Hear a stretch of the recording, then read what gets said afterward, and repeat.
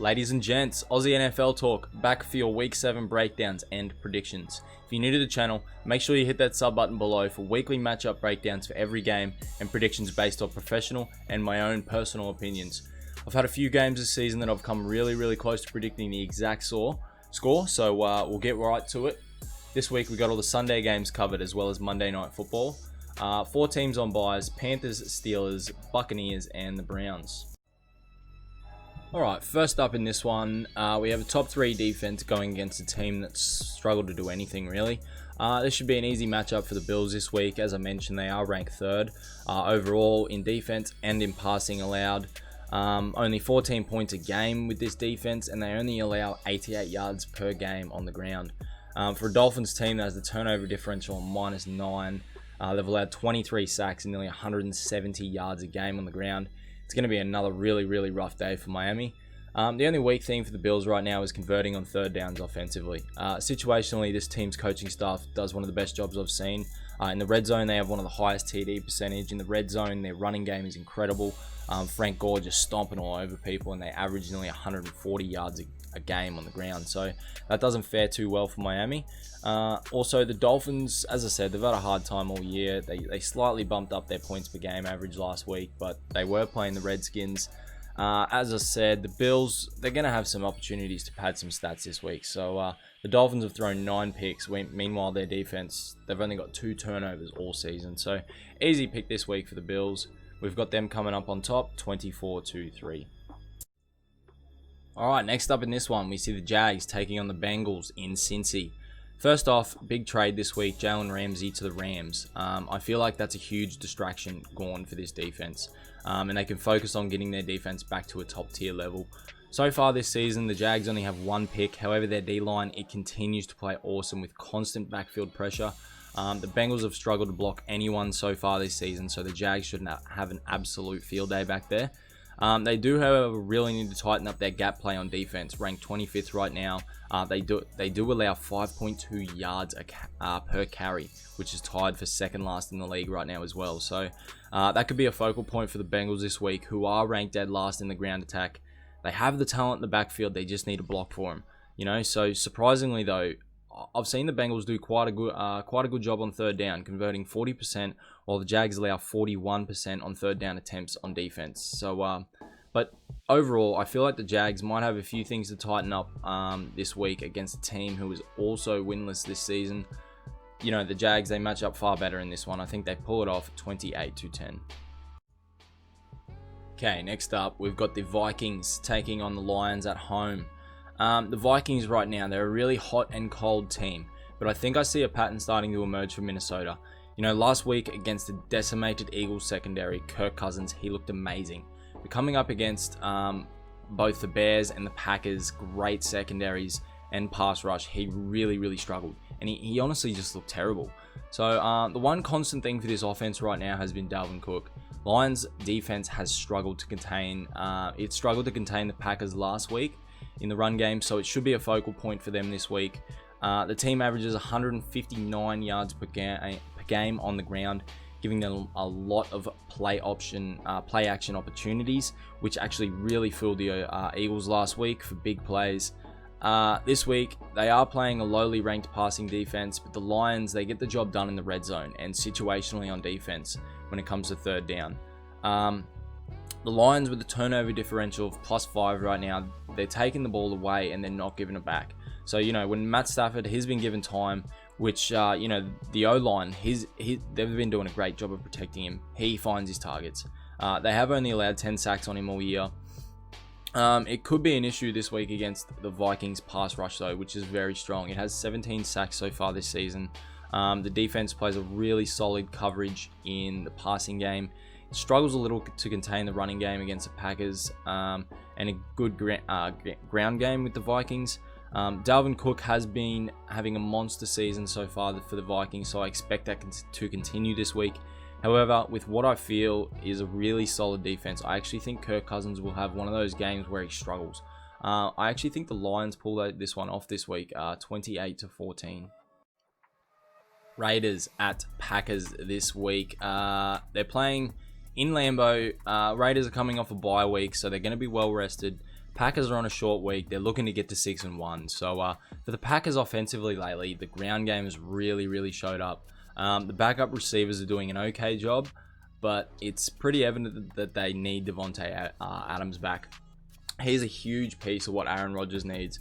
Right now, defensively, though, the Packers lead the league in defensive penalty yards, so something they need to work on this week, as well as tidying up their defensive effort against the run. Gap play hasn't been there. They allow 4.9 yards per carry and nearly 125 yards a game. So anywhere close to 5 yards per carry on the ground right now is not very good. With the Raiders seeing more and more out of Josh Jacobs, no doubt Gruden's going to game plan the run heavily into this game. The Packers are allowing massive plays in the run game, so Jacobs could be an X factor this week. Raiders just need to keep their focus. A small lapse in focus with the turnover against the Bears a couple of weeks ago, and it caused an offensive outpour for the Bears. So with Aaron Rodgers, it's going to be a lot harder to stop if there's a similar circumstance, you know. I really like the Raiders roster, but I feel like it's a little outmatched in this one. Packers have shown when they game plan right, they can shut you down offensively. So meanwhile, Aaron Rodgers and that offense, I feel like they're really just starting to get things figured out, especially with Devontae Adams. I'm not sure if he's coming back this week. Regardless, I feel like the Packers are going to just pull this one off. A little closer than anticipated, 27-23. Next up, we have the Falcons playing at home against the Rams. With the acquisition of Jalen Ramsey this week, I think the Rams are going to be really pumped up to get their defense going. It's really been a weakness for them right now. With a genuine shutdown corner, they can focus more on covering the other side of the field and getting the QB with some consistency, you know. It has been an issue. They only have 5 sacks so far this season, and with the talent on that D-line, they should be doing a lot better. It could be difficult to get them sacks up this week, however. The Falcons, they are leading the league in offensive penalties, which means lots and lots of holding calls. So that could hinder that opportunity a little bit. They're shooting themselves in the foot constantly, the Falcons. It feels like this locker room's just given up. Offensively, though, it hasn't affected their third down percentage, converting 48% of the time. Still struggling in red zones. Offensively, though, they have to figure that out. The worst team for giving up points right now as well, allowing 31 points a game. The defense for the Falcons, as I said, it's been woeful. It is the worst team on third down, also allowing 56% conversion rate. So the Rams this week, they have a much better defense, I feel. They're more focused. They will struggle to stop the Rams offensively, the Falcons will. And the Rams will just, you know, they'll do a much job better defensively than the Falcons. So the Rams, they just purely outscore the Falcons this week, 33-24. Alright, so next up, we've got the Colts coming off a bye this week, playing at home against the Texans. Both teams, surprisingly, have actually just come off wins against the Chiefs. A week apart, yeah, granted, but still, the big dogs. The ground game has proved to be a massive part of their success for both teams against the Chiefs. So the Texans do have the edge defensively when it comes to stopping the run. Deshaun Watson seems to finally have some ground game support, which is great. Carlos Hyde, he had a great game last week, over 115 yards against the Chiefs, whereas the Colts, similar to the Chiefs, you know, they've struggled to stop the run game, allowing 5.1 yards per carry so far this season. They do get their big guy back in the middle this week, though, Darius Leonard. He is a major part of their run-stopping ability, as well as their safety, Clayton Gathers, who are, you know, they're just great run stoppers. Still without Malik Hooker, though, in the secondary. I do feel like Deshaun Watson, he should have another big day in the air against the Colts, who just can't seem to get teams off the field on third down. They allow 46% conversion. Texans right now are ranked number 1 on third down offensively, converting 51%. So I think it'll be close here, but I think the skill matchup at quarterback here is going to be the difference. Both teams are going to come out running the ball. It'll be basically a matter of which team can sustain it. I think the Texans have a much better chance of doing that. 26-18 to the Texans this week. Next up on the docket, we've got the undefeated 49ers looking to keep it going against the Redskins this week. The Redskins, they got their first win last week, they're still not playing great football this season. I feel like this one is a pretty obvious, clear-cut pick this week. The 49ers defense this season, it has been an absolute monster, ranked second right now. In my opinion, the second best defense as well. Actually, you know what? No, it is the best defense. They get you off the field, only allowing 30% conversions on third down. They stay on the field offensively, wearing you down with that second-ranked running game. It has proved to be a massive weakness for the Redskins at running game this season, giving up 134 yards a game, 4.6 yards a carry this season, nearly at the bottom of the rankings. So, put simply, the 49ers, they haven't needed too much out of Jimmy Garoppolo lately. Though he does make the passes when he's required, leading them to a 46% third down rate offensively. They'll continue to roll over the Redskins, who allow a whopping 51% of third downs defensively. This week, another tough one for the Skins. Quite easy for the 49ers. 49ers win to keep that undefeated streak going, 31-9. Next up, we have Cardinals traveling to New York to take on the Giants. Warm weather against cold weather. Okay, so this was a really tough one to pick this week. So I'll look purely at the numbers. The Cardinals have the edge when it comes to offense. Kyler Murray again threw for over 300 yards, and he will have the opportunities again there this week against the Giants defense, who is ranking 21st in passing yardage allowed.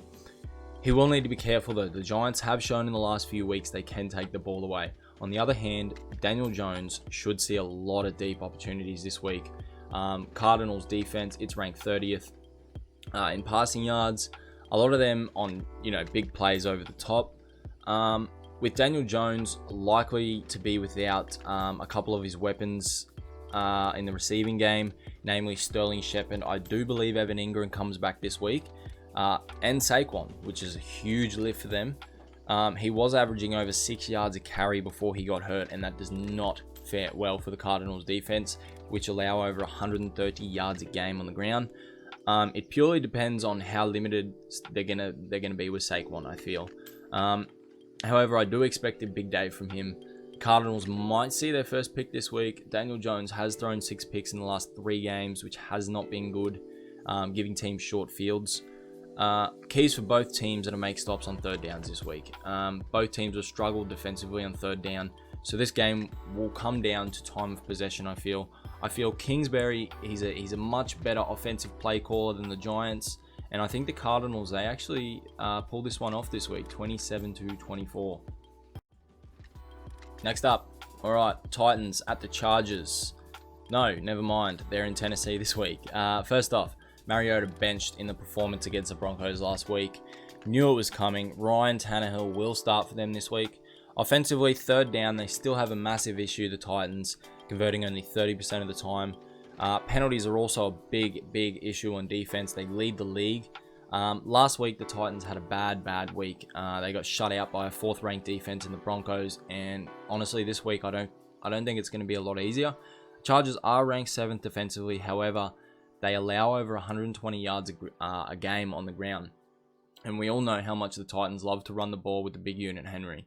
So it's the Chargers' run game which has been lacking lately, both offensively and defensively. Ranked 27th offensively and 22nd defensively. So they've got their man back in Melvin Gordon, so they should make it a key this week to get their defense off to a quicker start than they have the last couple of weeks.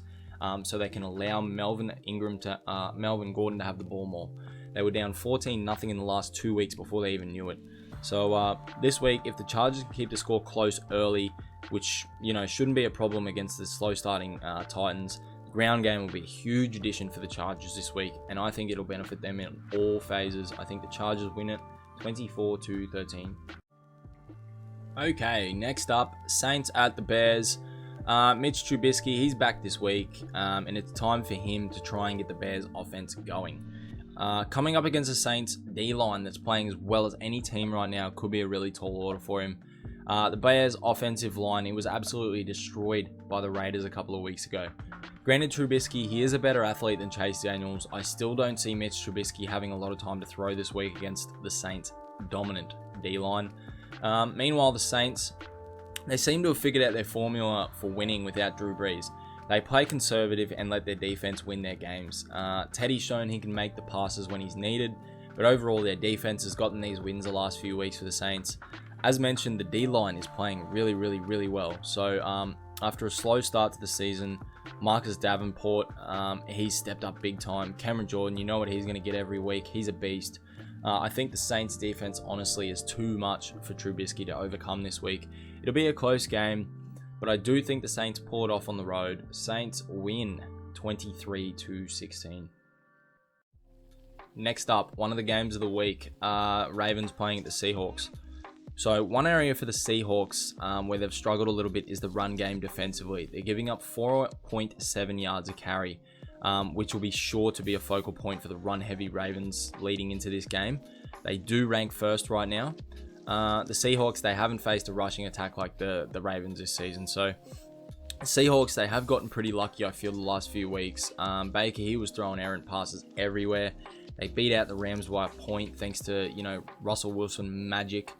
They're relying on turnovers, and that will not last. So last week against the Bengals, Lamar Jackson, he saw 16 carries, and a lot of them were designed for him. So they get pretty creative in the run game. The Seahawks do have very athletic linebackers, though, which can cover sideline to sideline, which could prevent Jackson from having a big impact with his legs. But overall, their run game, it's very dominant. Russell Wilson so far this season, as I said, he's been absolutely magic. He hasn't thrown a pick all season. He's been making the off-schedule plays look routine. Seahawks ground game right now, it's looking really strong. 130 yards a game behind Chris Carson. He's had a massive last couple of weeks. Each week he's had 100 yards on the ground. The Ravens, they're giving up 4.4 yards per carry right now, which could play favorably into the Seahawks' hands if it is a big part of their game plan this week.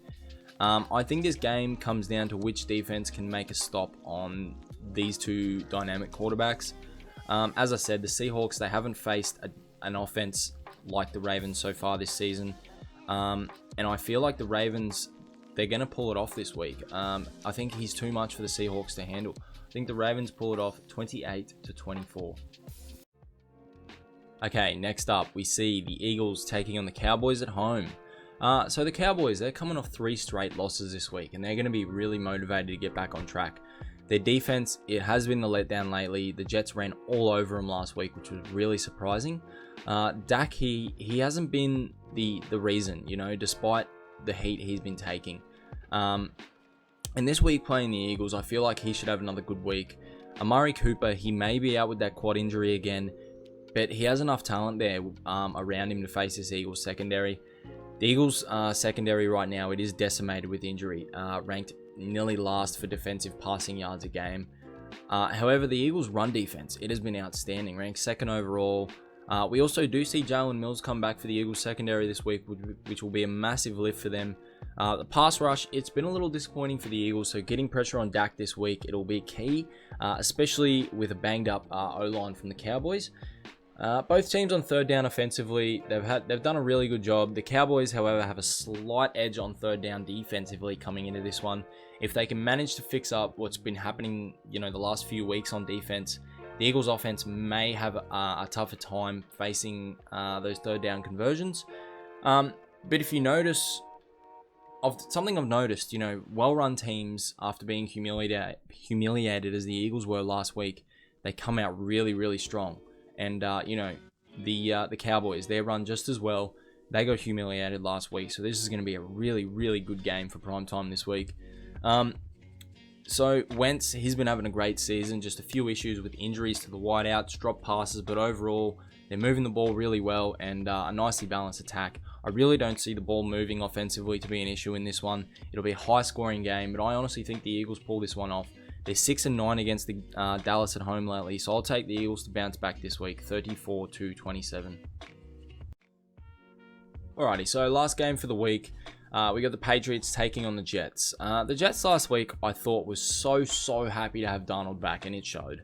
The offensive, it looked incredibly better to what it has, taking a little weight off Le'Veon Bell in the backfield. They were able to launch the ball downfield. Bell wasn't facing 8-man boxes on every single play. It just means so much to this franchise to have Darnold back. This week, they do play arguably the best defense this season so far, so... leading the league in sacks and picks, this Patriots defense is coached well and they do their job every single play. The only thing for the Patriots right now is they struggle to move the ball offensively on occasion.